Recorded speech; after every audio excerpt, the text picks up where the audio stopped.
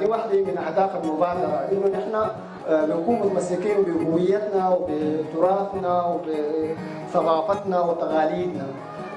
ده بيعني فكرة المعاصرة، إنه نحن عايشين في العصر الحديث بكل أدواته بكل التزاماته وشروطه، إحنا جزء منه، وفي نفس الوقت متمسكين بثقافتنا وبعاداتنا وتقاليدنا لأنها أمانة. أنت لما تولد في مجتمع وتولد بثقافة من حاجة إنك تكتسب ثقافات أخرى، زي ما مثلا احنا جينا ألمانيا اكتسبنا اللغة الألمانية واكتسبنا نظام الحياة في ألمانيا، لكن في نفس الوقت متمسكين بثقافتنا. نقولها لأبنائنا، لأجيالنا الثانيين اللي بعدينا، للناس اللي ممكن نشأوا في بيئات مختلفة ما كان فيها الثقافة بارزة بالشكل ده. دي نقطة واحدة مهمة.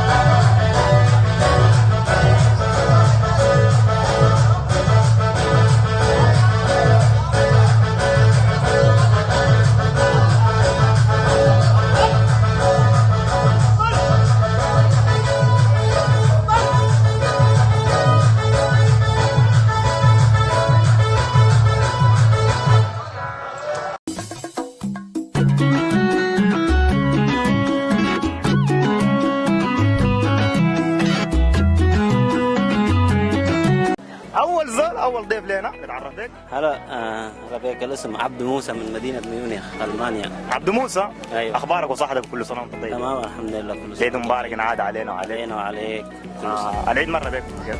العيد والله السنه دي كان بالنسبه لي عيد مختلف شديد. يا سلام. يعني انا عيدت هنا ما يقارب 7 سنين، كل مره كنت بأجز في ايام العيد. شايفك لابس الزي الرسمي أيوة.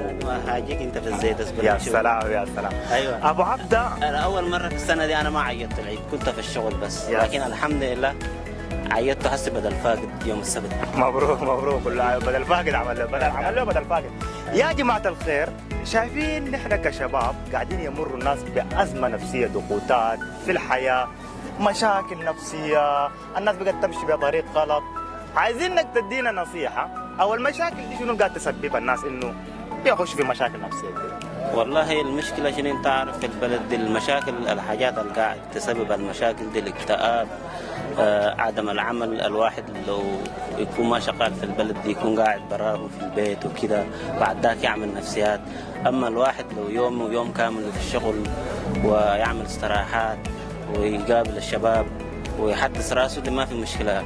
يا زي ده كم تعمل احتفالات، يعني الناس من اماكن بعيده تجي وانت كانك تحس عيدت في مع اهلك وتقابل الشباب. بعد ذاك يعني شنو دي تكون الحلول، يعني بدل ما تقعد براك في البيت، يعني القعدات والطلعات البرة دي احسن حلول انا اشوفها.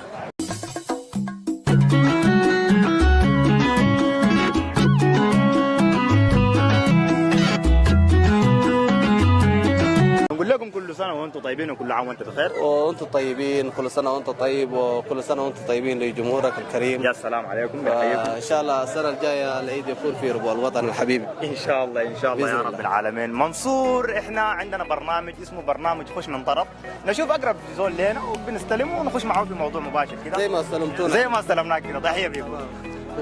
اسئلتنا هي عباره عن شايفين الناس هنا عايشه في المانيا، انه زمان هنا كانوا مفتكرين انه الناس عايشه في جنه، وشايفين شباب كتار بيمروا بضغوطات نفسيه، مشاكل صحيه واي شيء، فالناس ما لاقي حل. يعني النصيحه شنو؟ والناس بتقول لهم شنو يعني؟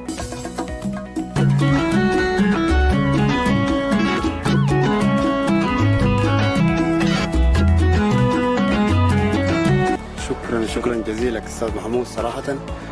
كلامك في غمه الروعه، وانا اضيف شيء بسيط لكلامك. صراحه التوعيه للشباب شيء مهم جدا، وانت زي ما قلت نحن المشكله اللي قاعدين نواجهها في المانيا هي مشكله الجاليه، وده موضوع يحتاج انه نحن نقعد ونتفاهم، وما في شيء اسمه استثنائي. نحن كلنا بشر عاديين نقدر نسوي ونقدر نقدم شيء لمجتمعنا. شكرا لك استاذ محمود، اشكرك للمضافه.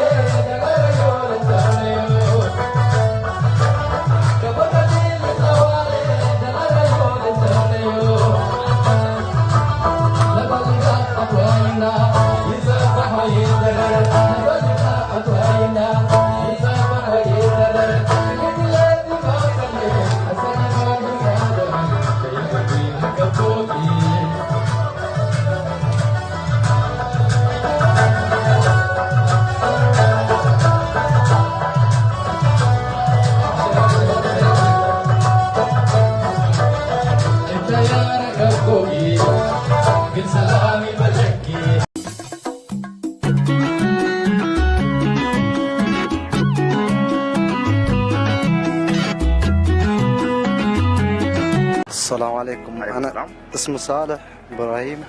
مرحبا بك يا صالح. من وين؟ من كرم. من كرم. ولك كم هنا في ألمانيا؟ والله في ألمانيا لغاية عندي 8 سنة. 8 سنة. في ال8 سنة دي يا صالح بنشوف إنه الناس قاعدة تمر بضغوطات ومشاكل وما عارفة لها حل، يعني الواحد ما عارف يطلع من المشاكل حقه دي أو من الضغوطات اللي بتحصل دي. فعايزك تدينا نصيحة أو إنه الواحد يعمل شنو مثلا يمر بتجارب شوية. المشكلة لأنه احنا عندنا مشكلة فهمت علي؟ يعني شعبنا عنده مشكلة، ولدهم كيف عايش ما يعرفوا أول شيء، وثاني شيء كمان يعني فهمت علي زول لو شغال مدرسة ممكن تجيهم مشكلة فهمت علي، أخوه يكون في ليبيا يا يكون عنده مشكلة في البلد فهمت علي؟ وتزيد من الضغوطات. وتزيد من الضغوطات هي، ويقولوا جيب مصاري فهمت علي؟ يعني تجيب فلوس، يقولوا بعدين لما يجيب فلوس كمان الفلوس ده جابها من وين انت ما تعرف اول شيء. وثاني هو يكون مسلفة من بنكي ولا من وين فهمت علي؟ اللهم انت بتحاول بقدر الامكان تتسلف تتكلف ترسل القروش دي، احنا ما بنتكلم منك ليش بترسل، ولكن الضغوطات دي يعني ممكن الواحد يعمل شنو اذا عايز يخلي المشاكل لطرف؟ اذا عايز يخلي المشاكل الواحد لازم اول شيء يعني يكون يجتمع مع الاجتماع الاريتري، يعني يمشي على اخوانه، يبعد من المشاكل، ولو في مشكله كمان يعني في شباب ما شاء الله تبارك الله اولادنا يعني ممكن يقول لهم يقعد معهم يتكلم معهم في المشاكل اللي عنده له، ولو يتكلم معه الشباب كمان ما يقصروا معه. الشعب الاريتري ما شاء الله شعب كريم وشعب طيب فهمت علي؟ هل مرت بك مثلا مشكله انت مشيت قعدت مع شباب وتفاهمت معاهم وكده؟ والله انا مرت لي عدد مشاكل بس الحمد لله. الحمد لله. المهم انا تكلمت مع الشباب وقعدت الشباب، والشباب كمان ما قصروا معي ما شاء الله تبارك الله، ربنا يعطيهم الصحه والعافيه يعني، وهم كمان قاعد يتابعوني، وان شاء الله ربنا يعطيكم الصحه والعافيه. أقدم تحياتي للشعب الإريتري في أي مكان اللي قاعدين فيها، أمسكوا مع بعض، كونوا مع بعض في أي مشكلة، يعني نكون مع بعض، لو حاجة صغيرة كبيرة كمان، لو فرح في كل شيء. يعني الواحد لازم يعني يكون مع بعض دائما.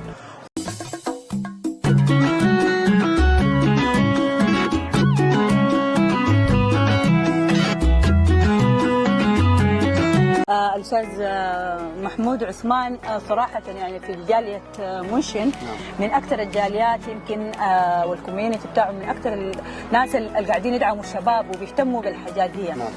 الشباب الآن محتاج حقيقي لناس يعني تقف معاه التوعية هي ايوه التوعية. والله هو يمكن شباب واعي لكن يعني في ضغوط كبيره جدا جدا هنا. الشباب بالذات الشباب النيو كامر يعني الناس الجات جديده محتاجه حتى متنفس يعني غير انه يتمسك بعادات وتقاليد ويحييها لكن محتاج متنفس. انا يعني اتمنى انه يعني اشوف برضه يعني نفس النشاط الموجود في منشن اتمنى القاه برضه نشوفه هنا في كل في المدن الثانيه. ايوه لانه زي ما انت عارف المانيا كبيره جدا جدا. الشباب برضه بتواجههم الحته بتاعت التنقل وكذا. والمناسبات زي دي لو كانت يعني دائما بشكل دوري كل 3 شهور برضه ده بيساعد الشباب في انه شويه يعني يلقى متنفس من الشغل ومن التعب ومن ضغوط الحياه هنا في المانيا. اضافه بسيطه يا استاذه سلوى، الضغوطات اللي موجوده هنا والشباب اللي قاعد تسير المجتمع وتسير الناس دي نتيجه انه الشخص ده عنده ضغوطات وخلاص وصل لمرحله انه هو ما يقدر يسوي شيء. صحيح. فيستخدم اسلوب الشتم والاساءه.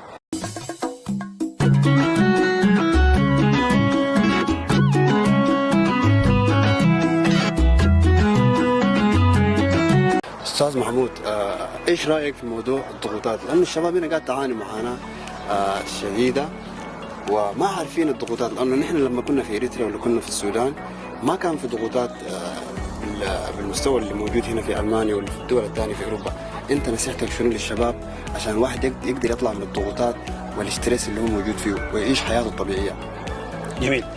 نحن ممكن نرجع قبل ما انه يكون في ضغوطات نكون نحن نشوف احنا الضغوطات اصلا جايه من وين؟ السبب شنو؟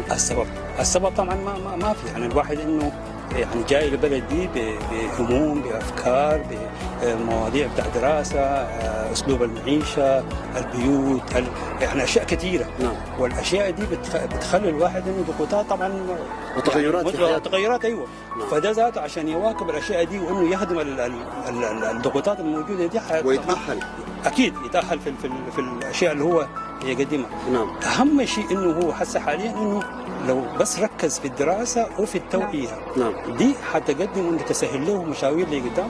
وده بيخليه انه الواحد بعد ذاك الضغوطات هذه بتخفي. اصلا الضغوطات موجوده هي فعلا. لكن لو خفف انه باشياء زي دي انه طريقه المعيشه انه يتاقلم في البلد دي انه كيف هو اللغه هي اهم شيء.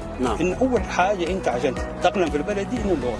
اذا مشيت اللغه دي بتتواصل الامور ان شاء الله. شكرا جزيلا محمود للاضافه. ونمشي لاخوتنا الموضوع بالنسبه للتوعيه وبالنسبه للشباب اللي قاعدين يعانوا ضغوطات المانيا في السويد في الدول المجاوره. انت ايش نصيحتك للشباب عشان هم يطلعوا من الضغوطات والمشاكل اللي هم فيها ويشوفوها من منظار ان هي مشاكل طبيعيه وليست مفروضه عليهم؟ والله يا اخي انا اكثر من الشباب في حد ذاتهم لانه هم ضحيه. الشباب دي يعني الضغوط والاسترس ده هو زي ما قال الاخ محمود نتيجة الرحلة من إريتريا وكيف طلعوا مرورا بالبحر ووصلوا هنا والطموحات الأكبر يعني الكبيرة اللي جو بها. ايوه اول ما يصل هنا يلقى ان اوروبا هي ليست جنه الله في الارض يعني. وتواجهه بالاضافه يعني الاشياء المر بها يعني دي دائما الشباب بيجوا بحاجه اسمها بوست تروماتيك ديس اوردر. ده طبيعي جدا ما في نادر ما يعني يكون شخص مر بده كله ما يهم. بالاضافه لكده هنا يصطدم بواقع اللغه بواقع ايوه سيستم ذاته عشان يدخل فيه.